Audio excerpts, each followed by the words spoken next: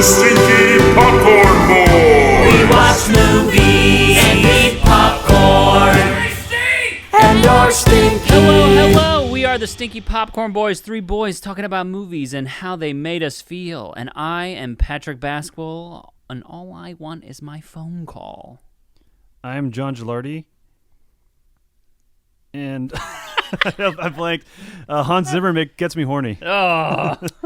And I'm Christian Ames, and whatever doesn't kill me makes me stranger. I feel like you can turn it up to 11 there. Yeah, that was go like for it. that was like 5%. Give us. Oh, well, you guys didn't do it. I thought we were all going to do you're a the Joker. one. You're finishing it, so you Okay. gotta like. I've brain farted. I am Christian Ames, and whatever doesn't kill me. Or no, the actual quote.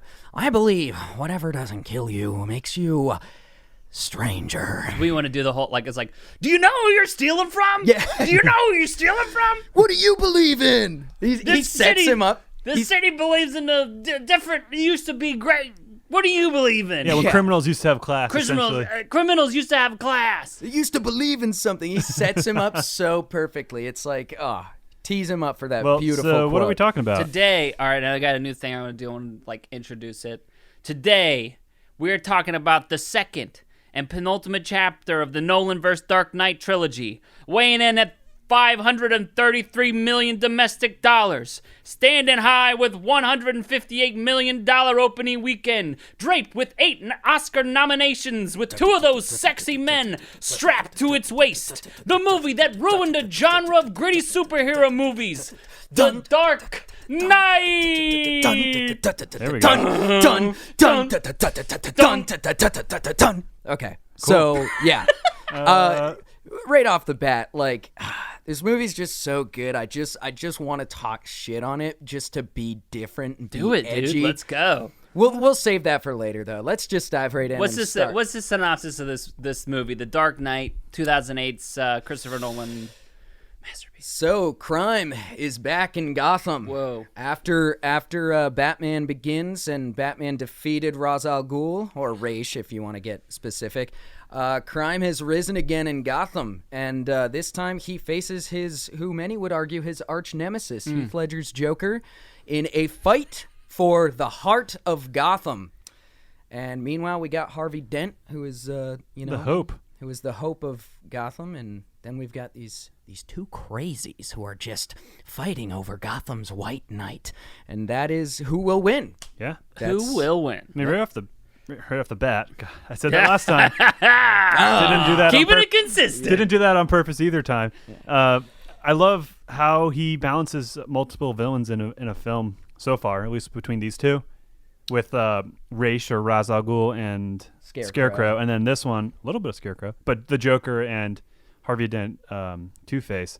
Yeah, his Harvey Dent was so beautifully done and well crafted, because Two-Face is just such a goofy like kind of character. I mean, he's like split in the comics and Yeah. the cartoons. He's just straight up split down the middle. The way he did it in this, I remember being blown away when I watched this movie. He made just like he does with all the Nolan verse Batman films. He makes it a spin on realism with Batman. Well, I feel like, I guess, let's go hop right in the negatives because for me, let's shit. when you're talking about the realism, the Batman Begins feels like Gotham, feels comic booky, stylized. Yeah. And this movie is just Chicago.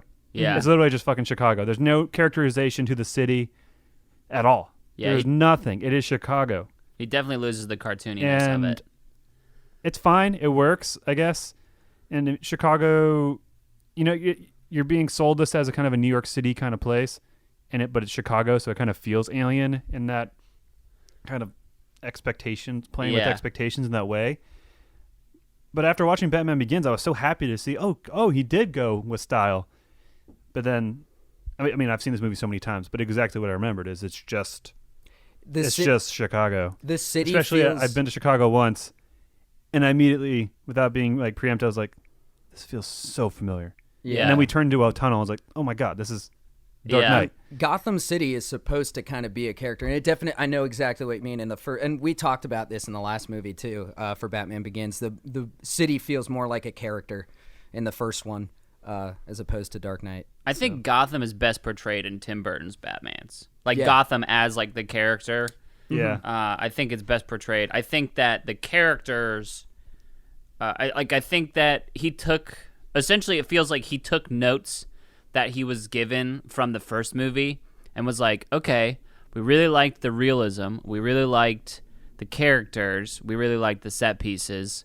I'm gonna kind of go there with this because you definitely lose a lot of that cartoony verve. Stylized, Like the narrows, that whole the way that felt in the first movie, where it felt like more closer to Tim Burton's, like it's like everything's a little bit wet. There's definitely a little bit of mold everywhere. Like you feel like a fire escape would like just fall on top of you just out of pure spite. It's just like, why'd you do that, fire escape? Just because you're fucking here. Yeah. The question does it need it? And this film's so good that it doesn't. But he establishes it with the first one. So again, he doesn't need to carry through in this trilogy, but Another thing I don't know. Like I got a taste of like a kind of cool, grounded, stylized Gotham.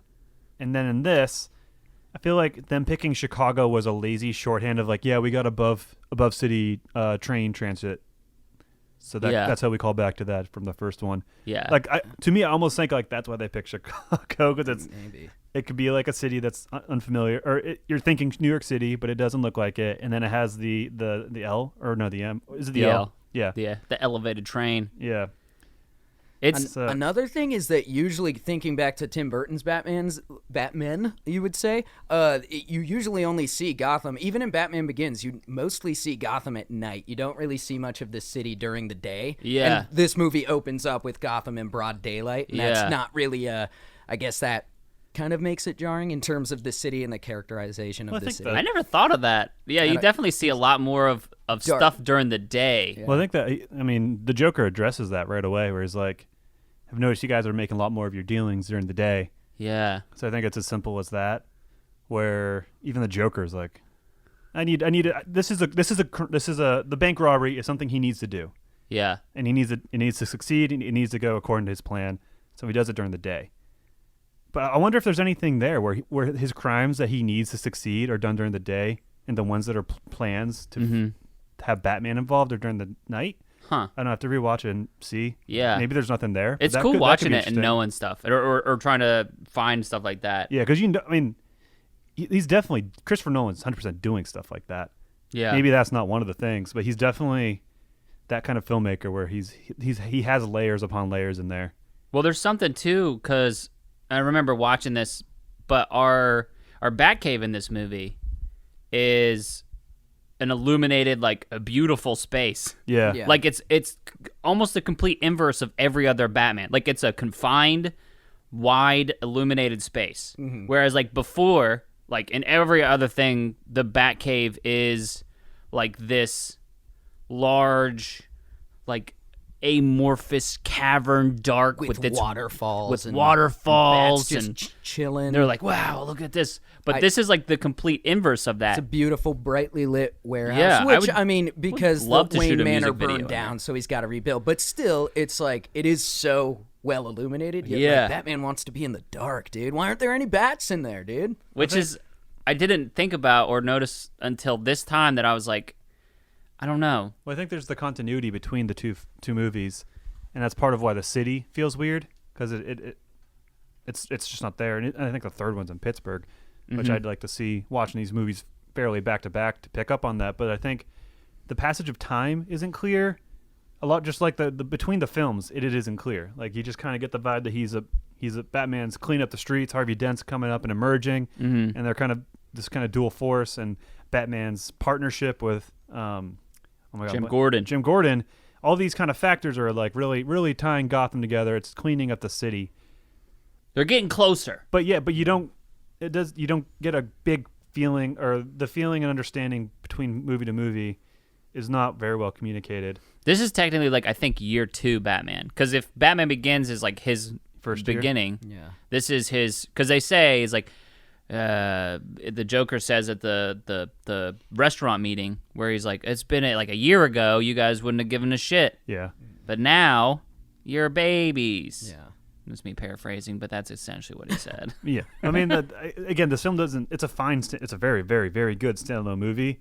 and these complaints aren't against it as a movie at all. It's more just I'm looking at it as a larger piece of a narrative of a trilogy. Yeah. And it's the tone's still there. For as a standalone movie, it's definitely perfect. We're just trying to find things to complain about because it's going to be so boring if we just suck this movie. I think essentially, though, like what that kind of is like not knowing, like maybe Christopher Nolan not knowing, like he didn't have his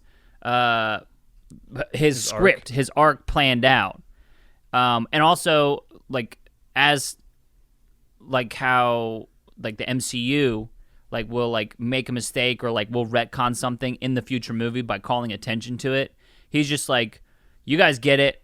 I'm not going to explain anything. I'm not changing anything. Remember that like the Narrows, that kind of cartoony like back at, we don't have that anymore. Yeah. And you know what? It doesn't matter. Yeah. You don't care about it. Yeah. Because I don't care about it, and I'm only showing you stuff that I care about. I mean, it's 100% what it is, and it's right and it's true. Yeah. There's not. I mean, you just didn't have to. You know, why would you do it if you didn't have to? And also, I mean, I guess even the tonal shift, or not tonal, but just the recasting. I think it was. I mean, I think they would have had Katie Holmes if they, because I think it was her choice not to be in it. I think it was something like Tom Cruise's. Yeah. Scientology. So something like that. But even that, I think, adds to the whole like just a shift. There's a shift here, and even something that's cosmetic as a new face to a character, kind of adds into that. And then you could also make the argument, and again, I guess now I'm sorry. We're trying to talk shit about it, and I'm undercutting it. But you could also make the shift that the tonal shift represents the shift in Batman's perspective or Gotham's perspective, and like the fact that there is no more Narrows and that kind of like cartoony mold that's going to eat you from the walls. I mean, there's this movie is well, it's a knight. It's a plated knight. And whatever the cracks in the armor are, you think you get through the crack, and then there's some chainmail, and you're like, oh. Yeah. Okay. I can still get through that chainmail, but it's a second line of defense, and it's still pretty stout. So it's like... Still pretty good. And you know what? It's really exciting. Like, it's like silver or like mithril, and it's like rainbow colored, and you're like, oh, shit. Like that's fucking cool shit right there. This ostentatious, like, French knight with, like, all the frills and the fleur de lis. But he also beats the shit out of you. Yeah. Well, I mean, can we stretch any more negativity out of this movie? I think I can. The plots, and again, you know, it's a superhero movie and suspension of disbelief, but the plots are so like right on a razor, where it's like there's no electricians on either of those boats. Like, I mean, I guess like if you try and fuck with a bomb that like that, it's like it could blow up and you die anyway. But it's like they're just gonna sit there and let him do the thing. I feel like the human spirit is more like, nah, fuck you. I'm gonna figure out. I'm either gonna fix this or blow up. Well, or in the beginning, you think. I'm here to show you that the people of Gotham are better than you think they are. Randy Macho Man Savage coming in, guys. I have my. I'm pumping out the chainmail on that, and I think the movie time and time again plays with trust and inside people. So who knows? Maybe. Well, I love that in the beginning, like right at the beginning, because I love the fucking image of all those school buses running off. Yeah. But I just love that like one of the school bus drivers was just like, "Hey, that bus just came out of a fucking bank." Yeah, let's keep going. Let's just keep going. Let's all just stay in line. It's like whenever you see somebody like run away or something like that, and you see someone chasing after them, and they like hide behind a trash can, and you see it, and they're like, "Hey, where'd that fucking guy go?" And you're like, "Oh, he went the other direction." And you like, I don't know, you don't know what the person is. I don't know if this is ever, but it's just like, I don't know, just like a mistrust, or you want to believe. I don't know. Well, another moment that fits in with a bus, like a bus driver. Oh, I guess we're just gonna keep going. Is when the Joker has the face mask, and he's working in Harvey Dent's room, and when he takes the mask off, that's when Harvey Dent. He's like, "Oh my god, that's who it is!" It's so fucking funny. It's been memed and gifted on the internet so many times. He's like, it's like, it's me. Did Harvey Dent really need that moment to realize that it was the Joker? I don't remember that moment. So- Why don't I remember that? He shoots. It's okay. He's in there doing. He's nurse in there things. doing. He's in there doing nurse stuff. He's like writing on his clipboard, and Harvey Dent like comes to and looks. And Oh, it's when got- he- he's got all of his makeup on, and then he Oh. takes his like medical coronavirus mask off, and then Oh, the Harvey Dent is like, "Oh my God, it's the Joker!" Yeah, And he's okay. I restrained remember for that. some I thought reason? when you said mask, I Why was is like, he restrained? Did the Joker restrain him? Well, because he was probably irate, and he maybe tried to choke some. Like I could believe Yeah. that because he was like. He once he turns into the Joker, he gets or not the Joker, Two-Face. He gets real He's a yelly. spaz. Well, also the surgery he was Say going it! through, they didn't want to, Well, the multiple reasons. As a person who has burned their hand, we were there for that. yeah. Imagine your face. I can't. Like I was like, well, there's pain that induces fatigue, which then induces frustration and impatience from that fatigue. But there's also just pain that also yeah. just makes you angry. So you have both. You have two forms of anger coming out Well, because and then of the pain. also is emotional pain from losing the thing and not being able to do anything about it. Here, like that's like, oof. Well, I have another. I'm going to That's- stretch a negative out of this. Ooh, good. I hate in movies when people could explain stuff that would clarify things and they Don't. don't. Like the Batman, like, dude, the Joker he played us. Like I was going to save Rachel, like, Yeah. and he played us and he won. So Well, let's play that scene now. I'll be Harvey Dent. um, Whoa. Batman, why didn't you save Rachel? Why did you save me? the Joker, he won. I went to go save He Rachel. only won because of what you did to this city. You're an asshole. I still hate you. Because it never would have happened if you hadn't been fucking here and if you had just killed him, you fucking dick. I'm Two-Face now. What happened to you? You were our hope. Yeah, well, now I'm going to shoot a bunch of cops. I mean, yeah, I guess he was Classic irrational, Harvey. angry, and maybe that was why Batman was Yeah. like, it's not worth it. Does Batman kill him or does Batman... He or just does- dives at him and then Well, I think even if inadvertently he kills him. inadvertently did, I think he'll break his code to save a Yeah. a child. Yeah. Yeah, that was a... What else sucks about this movie? Michael Jai White is wasted. Doesn't get to do any fighting. Who's that? He's Gamble. Oh, right. He's a like Michael. Is it Michael Jai White? That guy is yoked. He's yoked, and Yoked he as is fuck. a fighter, dude. Who's in this movie? Who's that in this movie? He's the guy who's like, clown, at the beginning. When Joker does his pencil magic trick, he's the leader of those He's like guys. $500,000. He just like unsatisfactorily gets like knifed. That's one. Okay, so that's. I mean, it's PG-13 comic book movie. You don't. But the killings are like There's no blood. it's like a haphazard shot in the back and that instantly kills a man. No, it would not. Yeah. The knife, the way he kills Gamble. that would not kill a man Dude, I love that moment, unless though. he somehow Hans Zimmer, got the stem of his brain or something. Like, And then also, there's no blood on his face. Yeah. But you see the reaction of his buddy and Hans Zimmer's little... I mean, it's all communicated Well, theatrically. and then chainmail here. but- It's like sometimes it's scarier what you don't see, and then also, yeah. like. I don't know. I don't know, I don't miss it that much. I don't don't need miss to it the way that I missed it in Mulan, where it's like there's no effect on things. Yeah, well, it's such a shorthand of killing guy get killed because like there's so many times when people get one shot killed, which would only really make sense if it was truly in the heart or truly to the brain. I mean, that's just like does the movie need that level of realism? No, but I think Especially it feels too theatric. It feels too shorthand to me. That so many people are getting one-shotted in the chest and the shoulder and stuff like that. I don't know. And then like meanwhile, you have the guy at the beginning, the bank teller dude. He got shot 3 times. He's kicking and he's still alive because that's most He's likely got what would plot happen. armor, dude, because they wanted to do the Yeah. reveal of the fucking Joker. And he wanted to tee him up with that beautiful quote. So I mean, again, it's nitpicking, but It's all right, John. just seeing what I can get at in this. Yeah. And is there anything else we can stretch out of this film for not being For being great? shitty. Oh man. I mean, we've gone 21 minutes. That's pretty good. Okay. Yeah, we're getting the bad things. Oh man. Yeah, I'm trying to think. Oh wait, there is something. Yeah, so yeah. the Chinese accountant dude, is Wow. he's on top of the money when he sets it on fire, right? So does he die there? We never see him again. Yeah. So that was kind of I mean, this was just my most recent viewing. I didn't pick it up, but on that viewing, he's on top of the money because he's the money guy. Yeah. You know, take him out, whatever. Joker lights the pile of money on fire, but there's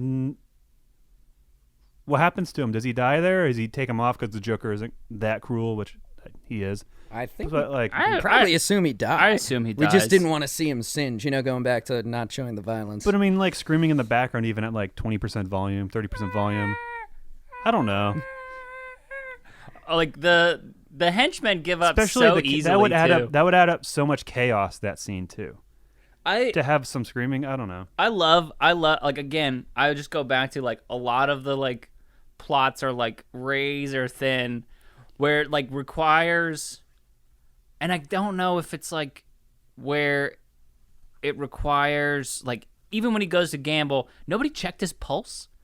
Nobody was like, hey, is that, they just bring in this plastic bag with the Joker, and none of the henchmen are like, let me check his pulse. Let me check his face real quick and make sure it is who it is. It's because he knows how to slow his heart rate down to the point of almost being non-existent, because the Joker is a member of the League of Shadows. No. He has ultimate control over his body. I'm just kidding. That is not a Joker theory. Let's before we transition to sucking the movie's dick, how about you tell us about the theory that he's the hero? So this theory, I forgot to read up on it again, but I can't remember the user. I'm sorry, I can't give credit, but I think it's a Reddit theory. And somebody made a YouTube video summing it up, too. We'll do a little Reddit theories with Christian. Our new segment. But I'll try to sum it up as succinctly and as best I can. Essentially, the Joker is responsible for a lot of, like, he gets Lau locked up because he knows the Batman is going to do that for him, which leads to, like, most of the crime families in Gotham getting locked up. He kills a lot of innocent people along the way, but just like Ra's al Ghul was willing to do that, he is willing to do what is best for the world at the expense of a few. And just like on the boat, on the two boats, he probably assumed that the good people would blow up all the prisoners, which in his eyes was probably a good thing. There's a lot more to it. When his whole thing was like chaos is fair, so I think he wanted anarchy for the resetting. Of society, which is actually just like Thanos. The season 3 plot of Legend of Korra. Actually, is exactly the Joker. Yeah, which I just realized. Oh, also in that theory, it's explained or rumored that his scars are from a crime family, like some mafia or something that thought he was dead after they. Wasn't there killed him theories or that this Joker is like ex-special forces or like he was militarily trained? That's my like favorite. That's my favorite theory, and I also love that we never get an answer. Oh, the character. It would have been. We can listen. I got a whole. The character section. Is almost perfect. The performance is amazing. Oof, hold on. That's too much. Yeah. My boner. My mouth is too wet to get this movie's dick in it. Oh, it's so good. Such a good dick. This. So where do you want to start on good things? Oh my gosh. I've got going back to how Christopher Nolan incorporates so many bad guys. Did you guys notice there was another bad guy hidden in this movie? Like a famous villain? Yeah.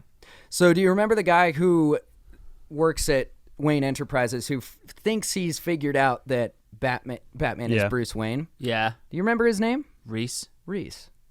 Yeah. Mr. Reese. Is that Dr. Freeze? Mr. Reese.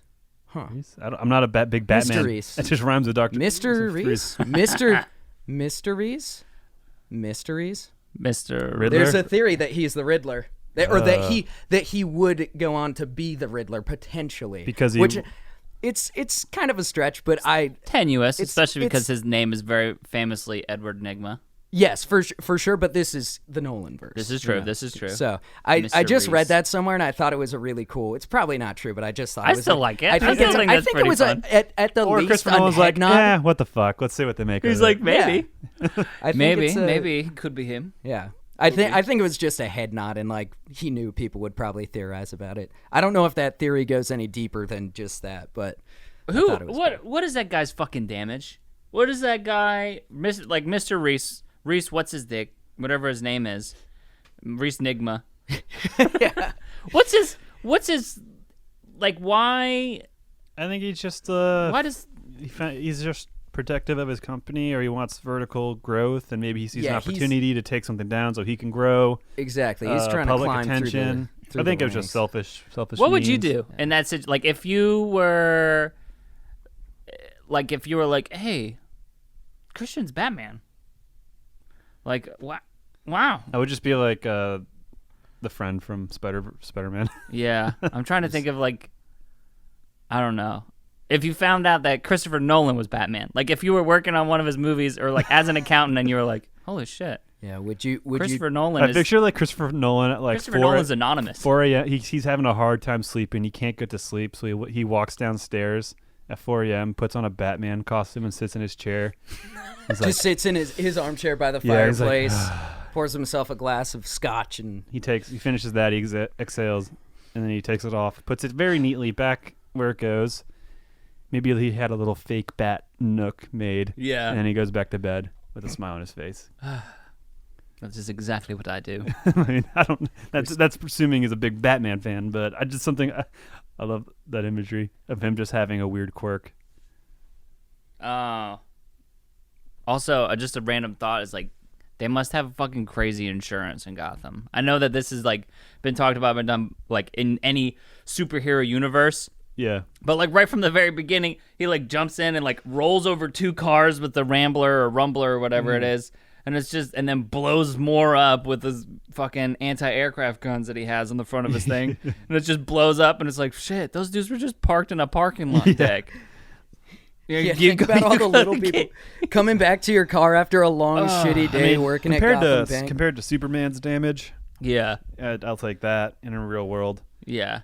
God, It's a the lot. Superman movies give me so much anxiety with how much, and even the oh God, is it Kaiju? The Japanese kaiju? Pacific Rim. No, the Japanese monsters. The Yeah, kaiju. Kaiju. That stuff gives me like, what are the economic ramifications of that? Is it even worth rebuilding these cities, especially if it's recurring, or Let's even just like move. or even like in Power Rangers? Like, Yeah.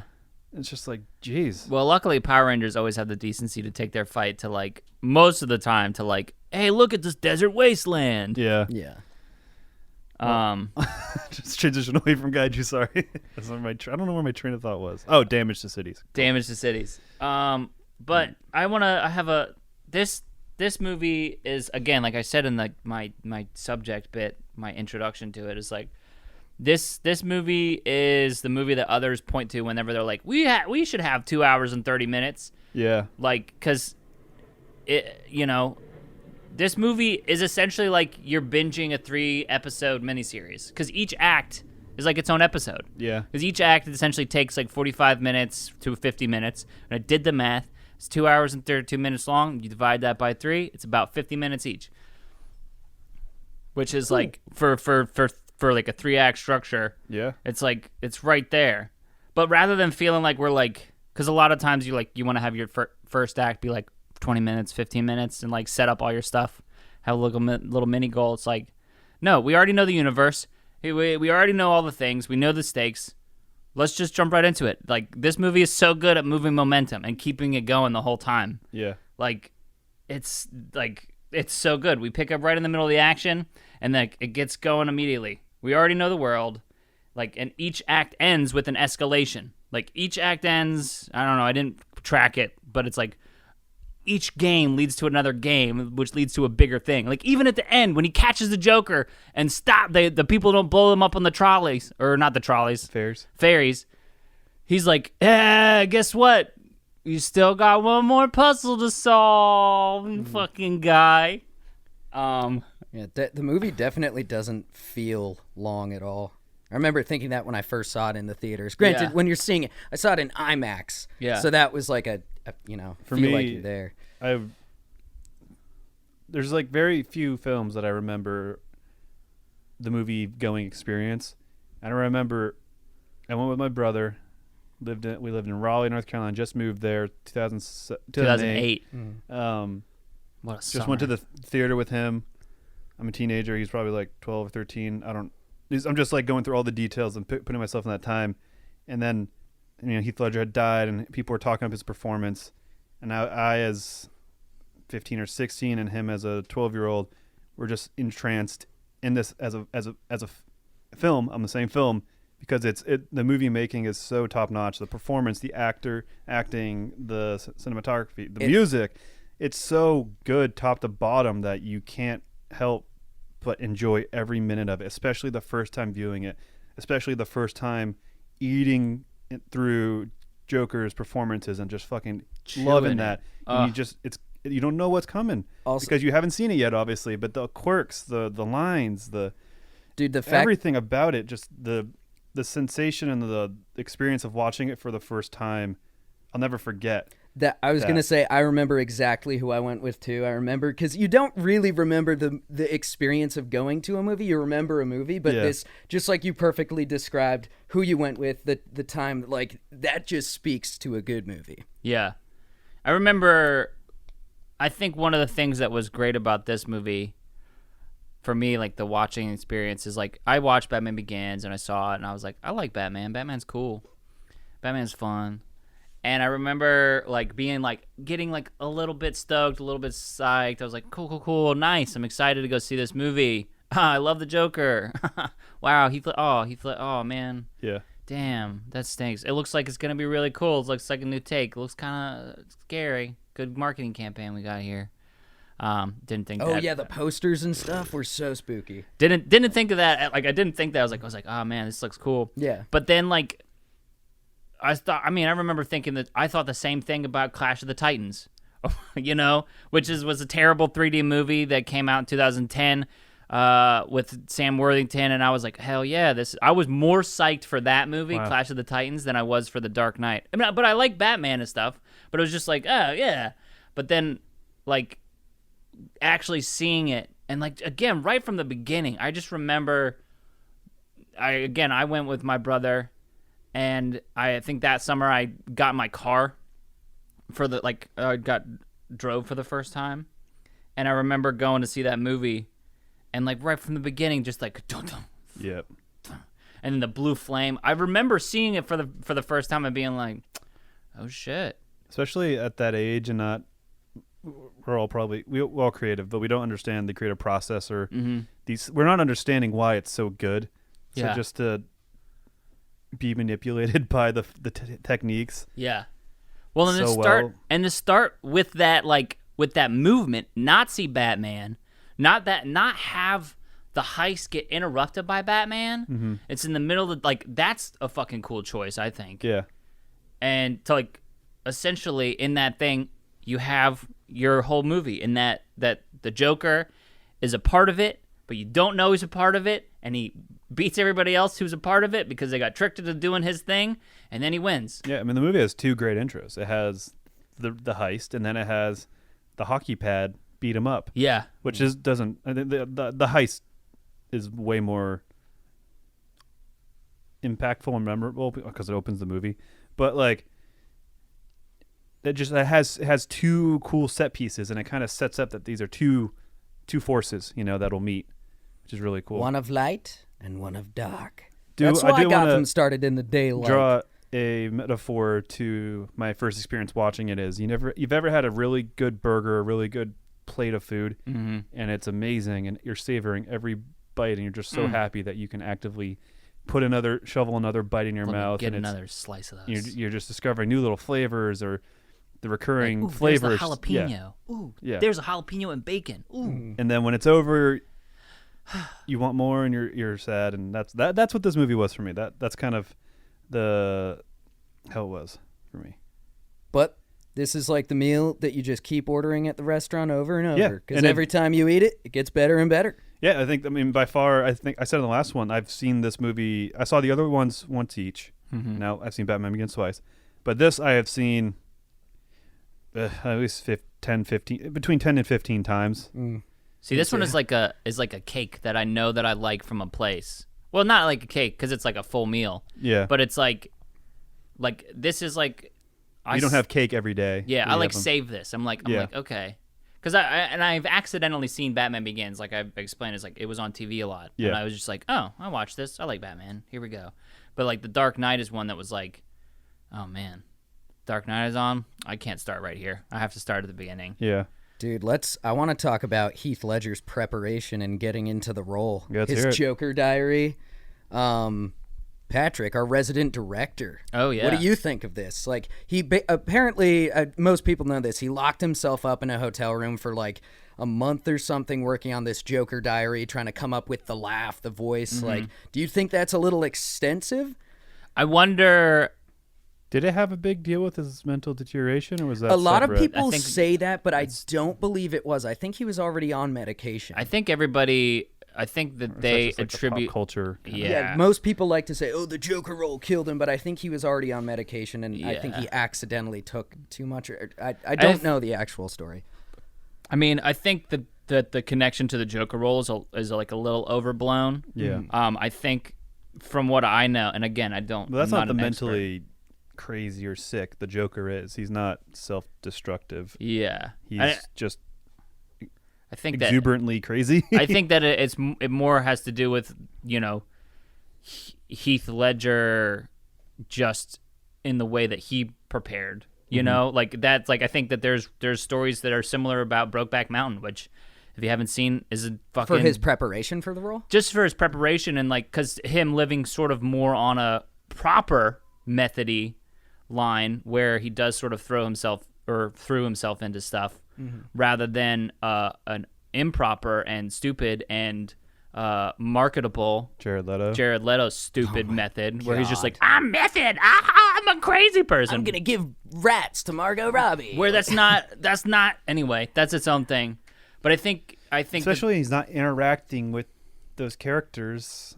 no. Why does he need to do it's that to all them? it should be internal. All that stuff should be internal. Yeah. Like and again, that's its own thing where there's like this like, you know, idea of being a method actor where you go and like live as a horse fucker. Like if you fuck horses in the movie, you have to go fuck a horse. It's like, no. That's not acting is acting. Yeah. Yeah.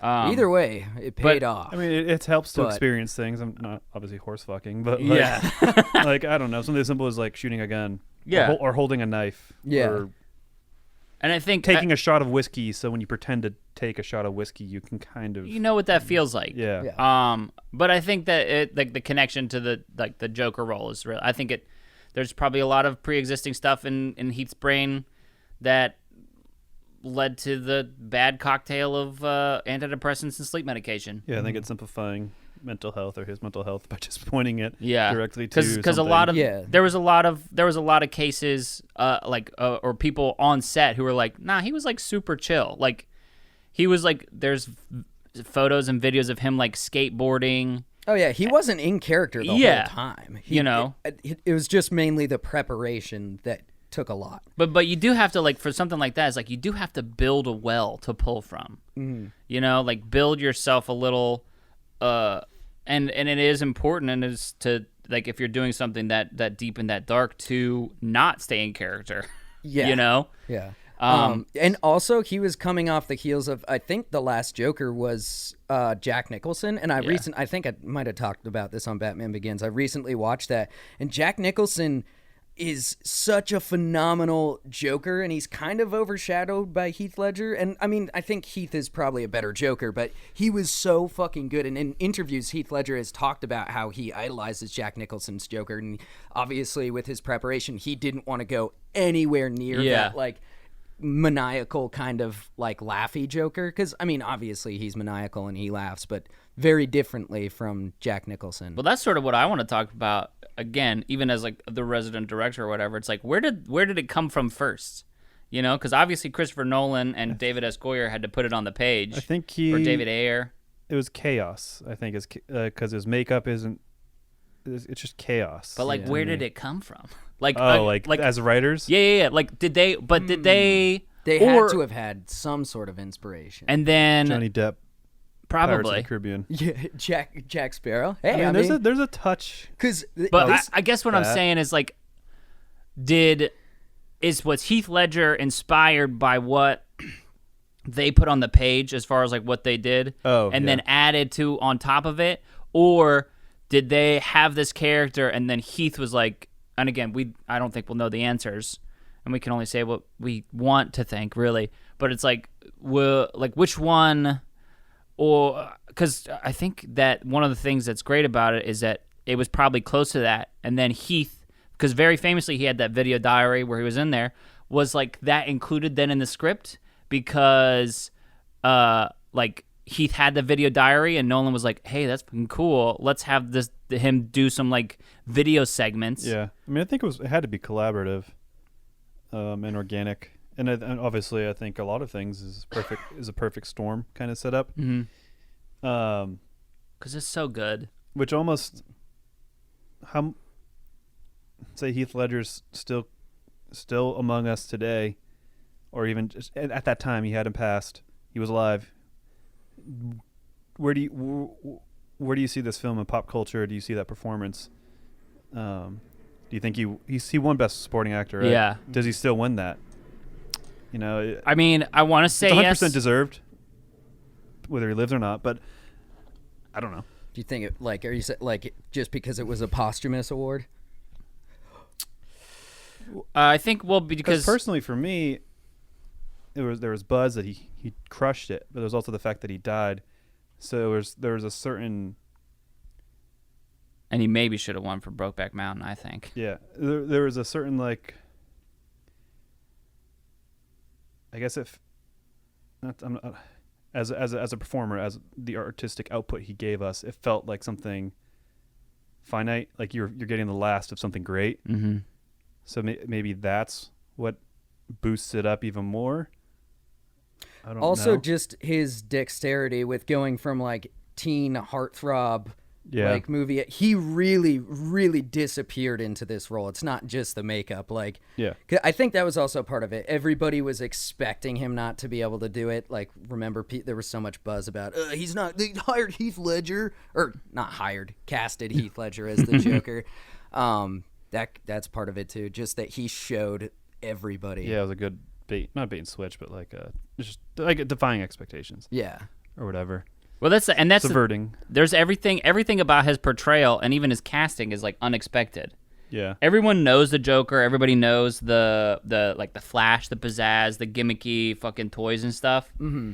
And so what he does with his Joker, and he's like callous and calculating, but he has like that that verve, and he like again, it feels very reminiscent of like the whole Batman Nolan versus a whole, where it's like he like is very realistic, and like this is the kind of person that would then believe those things, which is why, you know, the whole Special Forces demolitions expert is so fucking cool. I was gonna say Batman wears his mask, which is Bruce Wayne. Mm-hmm. You know, everybody knows Batman's the man. Mm-hmm. Bruce Wayne is the mask. Going back to what you said, John, Joker characterizes chaos. That's his mask.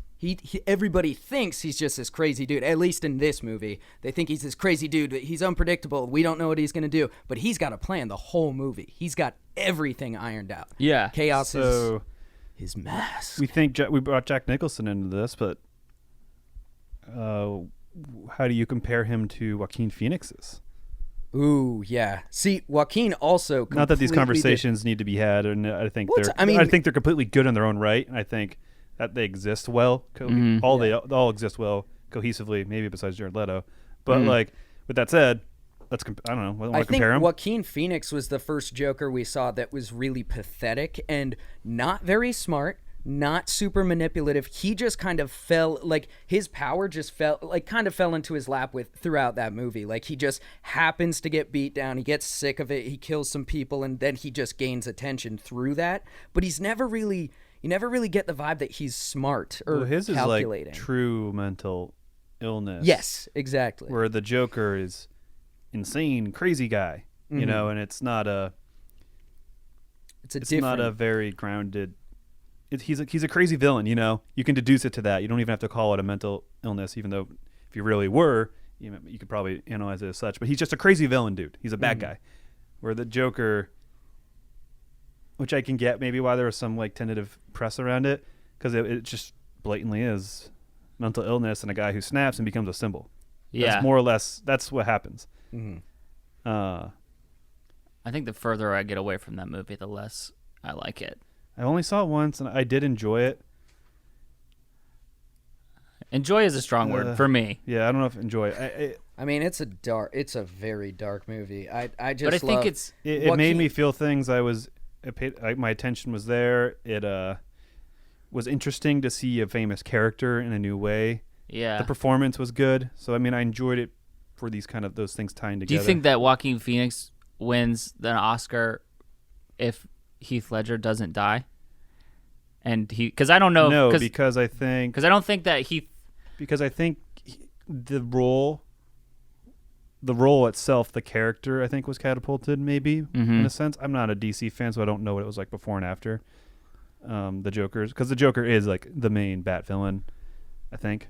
I think he's pretty much the universal arch nemesis. I think it made that role coveted in terms of like, okay, if we get a good actor, they can really bring the light to this really interesting, crazy character. So that's why Jared Leto. That's why that was interesting. It's like, okay, let's see what Jared Leto brings. But the whole character is like, let's see what they bring. I think even that's what you touched on. Like, oh, Heath Ledger was casted. What? Yeah. So I think that's maybe part of the appeal. So when an actor brings that performance and it's good, and there's also a lot of then different, they get the recognition. Yeah, there's so many different iterations and backstories of the Joker in the comics. So fortunately, they have whoever gets cast as the Joker next in 10 years. Hopefully we wait a little while before we see a new Joker. whichever I think what is it? It'll probably be this. They'll probably introduce him in the second Robert Pattinson movie. Yeah, and then he'll be like, I think that they'll be like, hey, the Joker's here, but he's not the Joker yet. Maybe Matt Damon as the new Joker. I was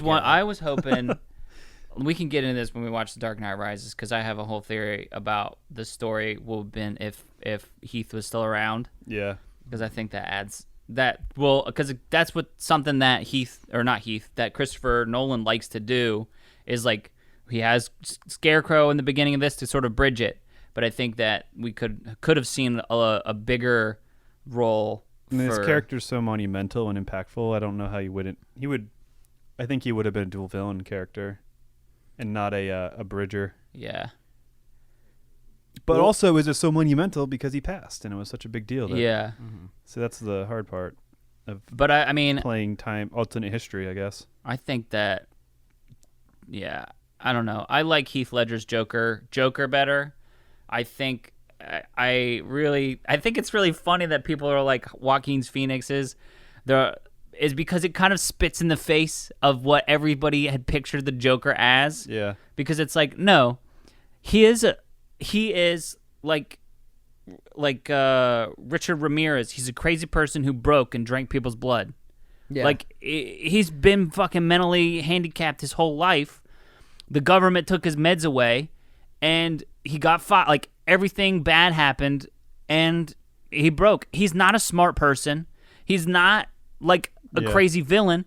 He's just an accidental serial killer who didn't get caught. Yeah. He's a child. He's pathetic. Yeah. So I think the theory that he is the inspiration for the real Joker, I think I like that, because if they make a Joker 2 and Joaquin Phoenix is now a schemer and has weapons handling and explosives and knows how to deal with people, then that just feels like a money play, obviously. Yeah. Unless they take it and they, again, indie film it and make it interesting and a whole new take on something where it'd be cool. Maybe he then becomes, his brand essentially gets away from him, and it's not his brand anymore, his symbol, and someone else takes it away from him, and there's this weird kind of thing at play where, say, Heath Ledger's Joker gets the inspiration and is like up and coming, and it's like, I got these skills.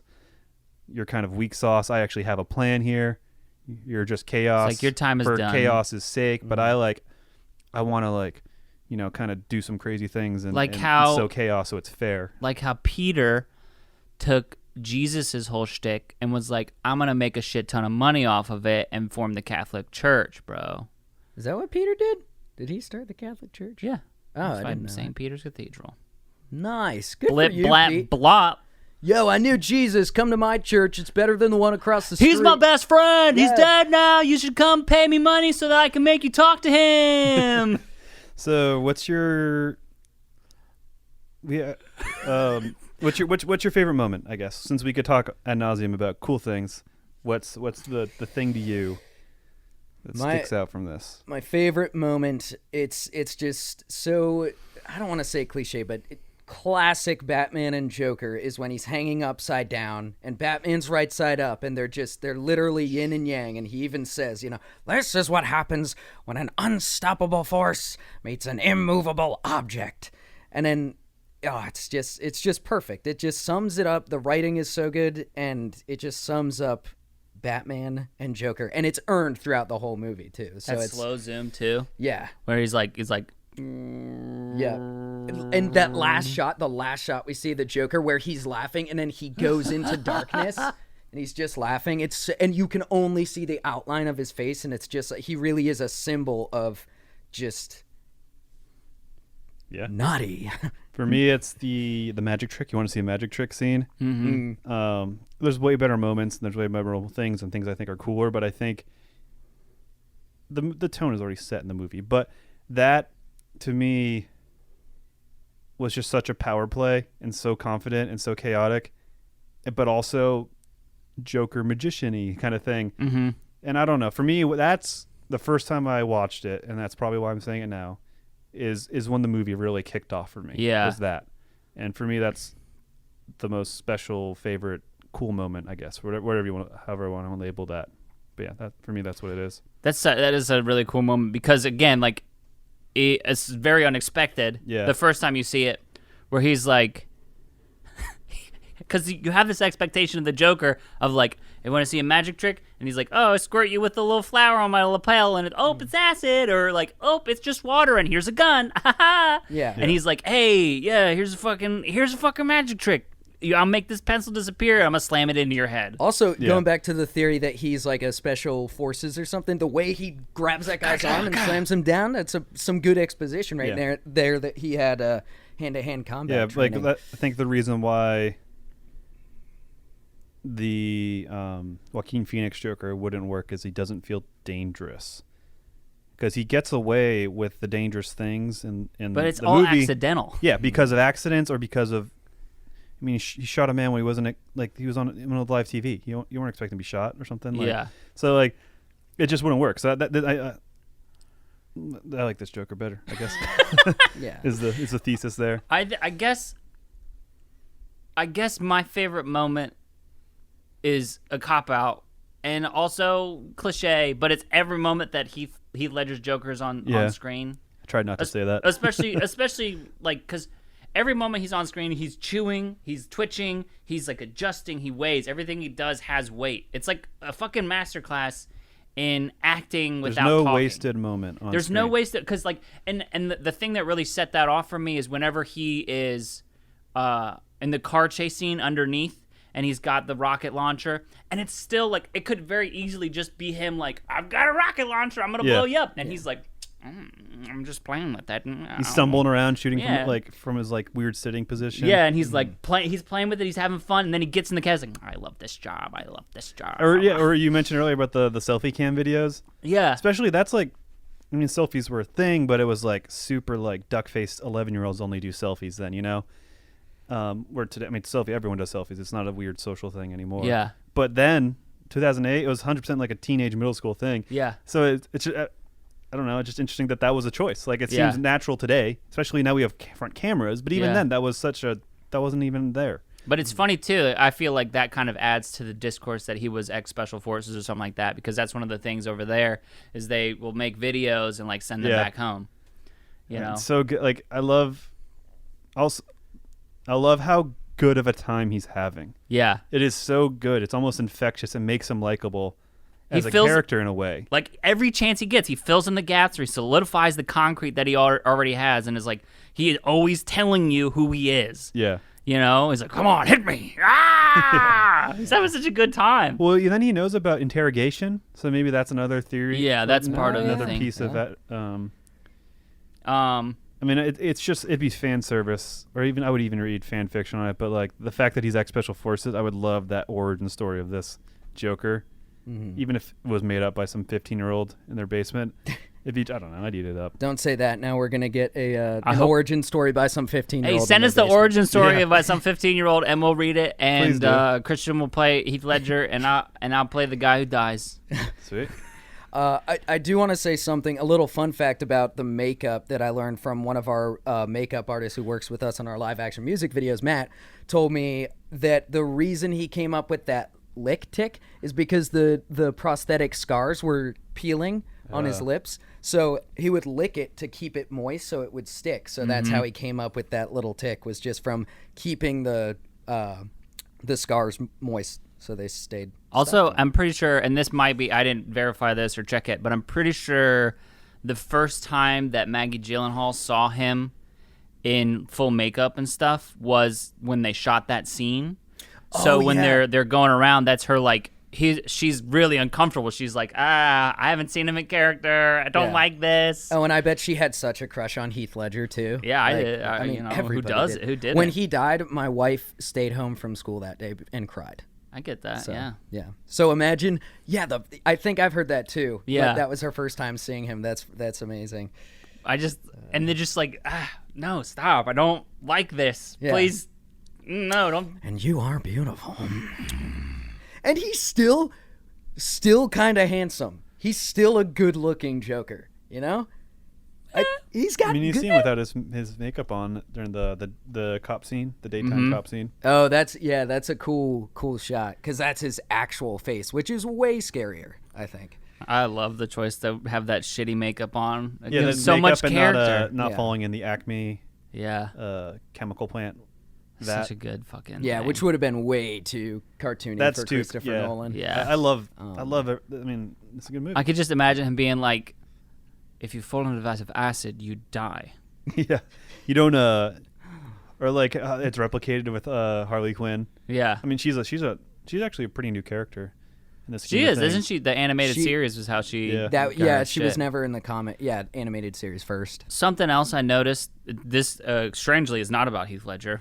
Crazy, but something else I noticed, and like possibly one of the reason that like Nolan's stuff is so quotable, especially these movies, is the way he structures scenes, especially scenes with dialogues or like just scenes in general. He starts at the end, or he starts with the action.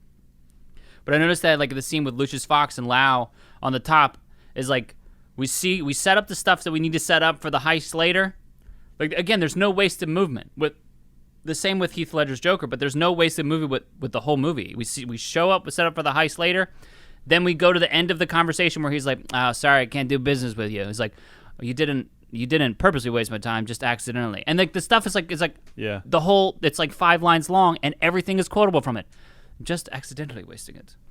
Like I good. said, I'm very good with calculations. Like this movie is so quotable, and it's not because the dialogue's it's just good lines of dialogue, very potent stuff. Like I always think of this is the perfect example of the extreme is Social Network. Mm-hmm. How the dialogue is so witty. Like you think like, oh, those are good quips. Like, dang, that's a good comeback. Oh, that's a good witty response. And in that movie, it's just too fucking smart. It's so contrived by a pretentious screenwriter or director, you know. I love that movie. We can fight about it later. I do like that movie. Jesse Don't get me wrong. Eisenberg. Yeah. And it's a It's stylistic me, Jesse choice. Eisenberg. I'm going to talk real fast about math. It's a and stuff. stylistic choice, but to me, it's too fucking smart. It's too witty. It's annoying. Where in this, it's a whole different thing. It's not super bang bang bang.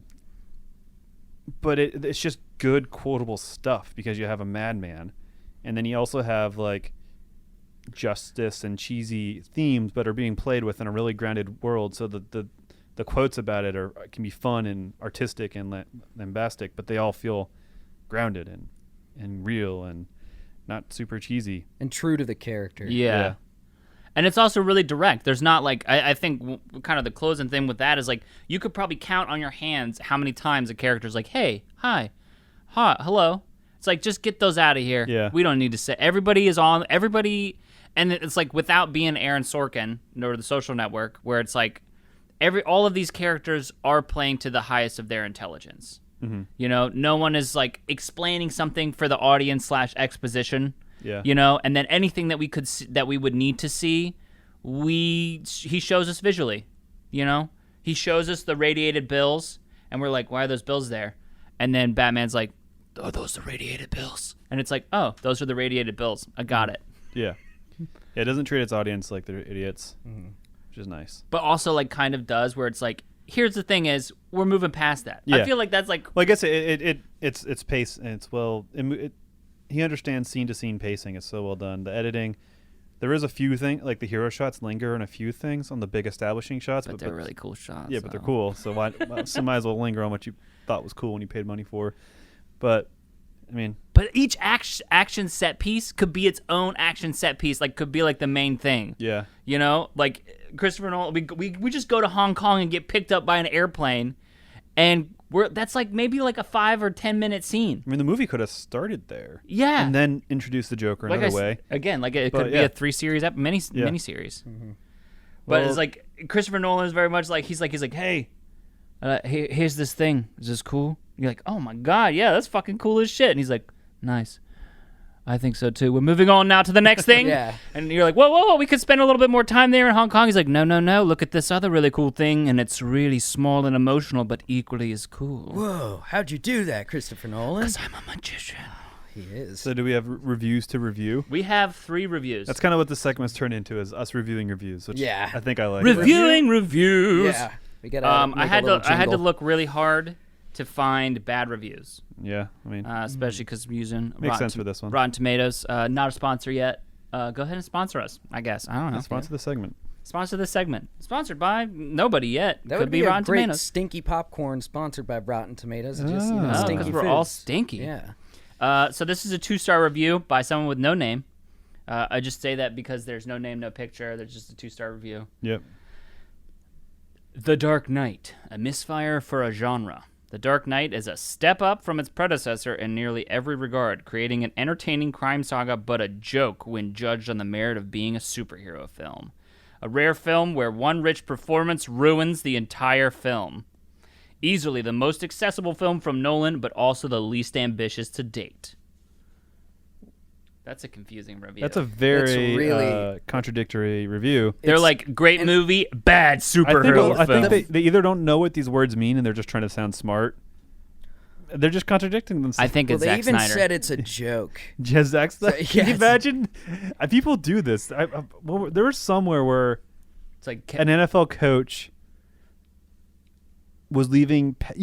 It was. I think it might have been the coach for the Dolphins at the time, Adam Gase, who's now the Jets coach. People were talking shit, and he made a burner account and was defending himself. Oh, There's a how whole- did they catch him with that? There's a It whole- was just, There's a whole lot of that, like Kevin Durant Yeah. making burner accounts He to be did like, that? yeah, Kevin Durant was Oh, like, dude. actually, Kevin Durant, really? Like, and it was accidentally from Kevin Durant. Yeah. And then there was oh, dude. the GM of the Philadelphia 76ers, Brian Colangelo. His wife created a burner account and was like fucking going off on people, and then it got traced back to the Philadelphia 76ers organization. Oh my God, And, that is and he so was like, rich. and he was like, I didn't know my wife was doing this, but I will resign because this is weird. I love that. But yeah, like that'd be funny to picture like Zack Snyder leaving bad reviews or something. maybe That'd be it great. is. I actually had a dream about Zack Snyder. He lived across from me, and this quick little break from our reviewing reviews. He lived across from me. I went over to his house to watch the new cut of Justice League, and he stopped it halfway through and was like, I can't show you anymore because I need to do some reshoots with Ben. And I was like, hey, listen. And then, again, it was a dream. I don't remember what we said, but we had like a really open and frank conversation where I was like, listen, I don't like your movies.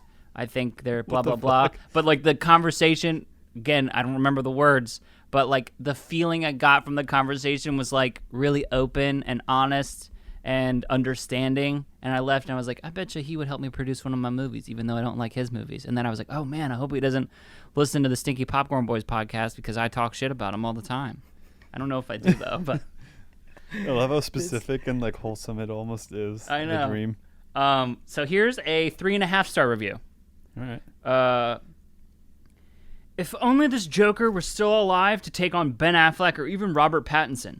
Heath Ledger is the only actor that saves this movie from being boring. But the Joker is also the one responsible for this movie having a plot hole for almost every scene in the movie. This film is good. The cinematography is good. The music is good. Heath Ledger's performance is awesome. However, the action sucks. Christian Bale sucks as Batman. There are 1,000 plot holes and questions in this movie. The editing in some scenes is also very bad. I am not calling this movie bad at all. It's actually good. But it's way overrated. I'm tired of people saying this is the greatest superhero film of all time, and I sometimes see people saying the Dark Knight trilogy is better than the MCU, which is not true at all. I guess people give it so much praise because it's a Christopher Nolan movie, or maybe because it's more real than other superhero movies. But those aren't excuses to call it the greatest comic book film of all time. Again, it's a good movie and an average comic book movie, but it's overrated. Sounds like someone who doesn't like Christian Bale, whatever, fair. If you know he's not your cup of tea, and he sounds like a Marvel fanboy. Yeah. Yeah. It's hard to. I wouldn't even dare compare this to the MCU. It's a whole different beast. Yeah. Yeah. Yeah. I mean, compare Batman v Superman and Justice League, the MCU. Dude, the editing is But fantastic. this is movie. before What is that guy- stuff. Yeah. I mean, some of this was during, but like Well, this movie it was in 2008. 2008, which is When one Iron of Man. the Iron Man came Yeah. out. So it's a superhero movie, but it's not. It's a superhero movie isn't what Marvel's made. That it isn't that formula. You know, it's Yeah. superhero movie is about a superhero, and it can be whatever. And it's almost like I wonder how much that'll have an impact down the line of what people expect out of these things and how successful they can be. You know, now we're having ensemble films because that's what people expect out of them. You know, Yeah. like we have a Suicide Squad, we had a Birds of Prey. Just a matter of time until Justice League comes back in some Two form. farts for that. Like, and so Sorry, Zach. it's cool No, what we're good Marvel's friends in my dream. it's cool what Marvel's done, and they've done so. They've made 25 movies that are cohesive, which is amazing and an incredible feat. But it comes at the expense of molding audience expectations to what cost, and I think that's maybe an example of Yeah. that. There's something to be said about the MCU. I'm not ready to say it. It's not a bad thing, but it's just like, I don't know, codifying, like, I don't know. It's good and I enjoy them, but also like as a whole, what are they doing to the way that we consume movies? Yeah, Yeah, when I mean, Martin it's impacting Scorsese. Star Wars. It's impacting. Yeah. It's I mean, impacting they- Mulan. Like even last week, you were like, it's fucking Mulan using Marvel action again. Yeah. Yeah. It's crazy how many times you've seen the Black Widow female like jump hook, Yeah. bring the person down. Which is their cool. Black legs. Widow does it because she's like a spider bringing something down. but with I her feel like little I've seen jump. that in all like anytime that there's like a female action Yeah. person, she does the Black I mean, Widow it's thing. in that like Russian, like female Russian John Wick movie. I forgot what it's called. Atomic Blonde. Well, I'm sure it's in that too, but it's a different one. I don't know. Oh. It was a really bad movie. French director. Anna or something? Not Anya? Anna. It was. I don't know. Hannah? But- What are we talking about? It might have been Anna. Yeah. I think it was called. It was something like Anna. Yeah. But yeah, it's the influence it's having is interesting, and Last review. yeah. let's hear it. 1-star review. This is the worst movie I have ever seen. Shouldn't even be classified as a film. I would rather watch paint dry. Please, just delete this film from existences! It's gotta either be a joke or that guy has watched nothing but like spectacular movies. Yeah. If this is the worst movie he's ever seen, dude, he's literally only seen. Let's take this guy under a wing and show him some real shit. He like, watches one movie a year, and And it's the best the movie. best movie. What? Like, oh my god. Oh, man. Well, what do you guys give it? I'll just go. I give it 4.5 bat shurikens out of 5. Batarangs. Batarangs. I'm giving it 2 Glasgow scars out of Nice. 2. Good pull. Yeah. 2? 2 out of 2. 2 out of 2. Oh, because of the scar. Okay, yeah, got it. 2 out of 2. So Um, full 10 out of 10. I'm gonna give it. I'm gonna give it 9 plan within a plans out of. Actually, there's 6 Ooh. plans within this plan, so I'm gonna give it 5.75. Here's the twist. I'm not gonna rate it. Oh. Whoa, dude, you're Chaos. so chaotic, dude. Just thought of that. I gotta correct myself. It's a Glasgow smile, Yeah. but I'll give it 2 scars. whatever. Whatever. Yeah. Yeah. Everybody knows what I'm saying. We got you, dude. Don't worry. I'm not watching much, so I don't have much to add to this. I've been playing video games though. What you been playing? Playing some Madden and PGA golf. Oh shit! And kick flips. Oh, and a bunch of Tony Hawk. Yeah. And I wow. watched the Patriots this weekend. That is not what I expected. Nice. I'll be honest. But the games? Yeah. Yeah, I guess I'm into a sporting hobby game mode right now. I'll play some sports. But yeah, that's the quick of it for me. What's going on in your neck of the woods? Last night, in bed, I watched. Going back to Marvel, I watched Iron Man 2 because I haven't seen it in so long, and I remember liking it. Elon Musk's in that. Elon Musk is in it, and same with Mickey Rourke, the ugliest handsome man on the planet. He used to be a handsome man. Yeah, and even now, like in that movie, he was starting to look melty, but now he's like. I really liked his performance in that. Oh, he was. Upon He was rewatching in it. it. I Wasted. forgot how. It's a good- wasted performance in that weird movie. Yeah. Which is still kind of a fun movie, though. Even Sam Oh, I- Rockwell. I- I've come to really Sam like Rockwell Sam is Rockwell. Justin Hammer I was great. love I Sam really Rockwell. enjoyed that movie. I thought it was had a great good time. 7 out of 10, 6.5 out of 10 movie. Yeah. The Iron Man movies as a whole are, like, as a whole trilogy, whatever. Like, even the third one is fine. It's fine. Yeah. Yeah. I think that I wish that they had let Shane Black go full Shane Black on it. See who directed the last one? Yeah. They'll never do that. No. There'll always be just a little. You can have a little taste of what you want. Yeah. I started watching The Boys. I watched Brooklyn Nine-Nine. Nice. I What'd you think of started that? watching Brooklyn Nine-Nine. I've thought about starting that. I like What do you it. think? I like it. I've seen, like, supercuts of, like, them screaming at things. Yeah. Someone sent me that. I was like, okay, I'll watch it. I think you sent it to me. You thought I'd enjoy it, so I'm gonna respect that and Yeah. watch this. You're like, maybe we'll see. But I liked it. I don't think I'm far enough in it to give it a real. It's definitely got like, especially because I'm in the first season. It feels like definitely like first season Parks Yeah. and Rec vibes, where they like, we kind of know what we want to do, but we're not really sure yet. We're just Yeah. gonna kind of let Andy Samberg play, and we have a pretty cool captain character, and our other outside characters haven't really figured out what they want to be yet. Yeah, you really gotta. Especially with a sitcom like that. Yeah, gotta work it in. And Even like then The I Office, also think about watched that. the animated Mulan to kind of wash the taste out of my mouth and to remember if it was good, and it was. It was very good, a lot of fun. Nice. I need to do that. I I need to go back and rewatch all the Renaissance films. So The good. Disney Renaissance. So films. good. That would be another fun sequences to do because Disney films have eras. Yeah. Hercules, Little Mermaid. Yeah, so the Renaissance one would be fun. It would be a lot of dick sucking, but there's some like bad era film, like bad Dark Ages. Disney Yeah. actually had 2 Dark Ages, Oh. so those could be fun to go Like through. Sword maybe. in the Stone. Yeah. Sword in the Stone, like Robin Hood era. Yep. Even though those are good, I Is that still the think. Fox Robin Hood? Yeah. Yeah, I remember liking that, but it's. I mean, I was. I was surprised how many films I grew up and liked were in the Dark Ages. Mhm. The Dark Age Part 2. And Dude, the whatever. Pokemon movie. Oof.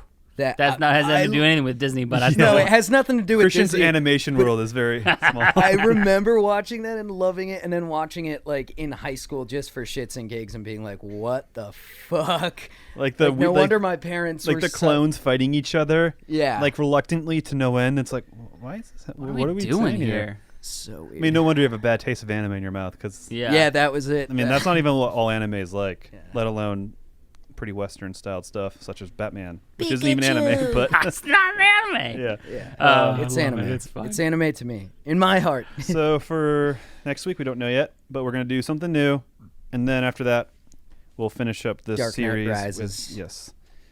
So All right, guys, hit us up Yeah. on Twitter at Stinky Podcast and tell us what you think we should watch next. Tell us that we talked about Heath Ledger for too long because everyone's already talked about Heath Ledger so much on this, and you're probably right. But also, we love Heath Ledger and it's fine, and we love you. But thanks for throwing us that input anyway. Tell us your favorite movie. Send us your script. Send us your backstory on Heath Ledger's Joker, and we'll read it aloud and act it out. We'll do Foley and everything. It'll be perfect. I love that. Hell yeah. And rate and review the Stinky Podcast. please do. And as they say in Gotham City, No, wait. I have a question. Okay. Where's Harvey Dent? I don't know. I'm trying to think. Wait, Where's Harvey what would Dent? prompt the what would prompt the Where's Harvey Dent screaming? Never Never mind. We'll cut it out.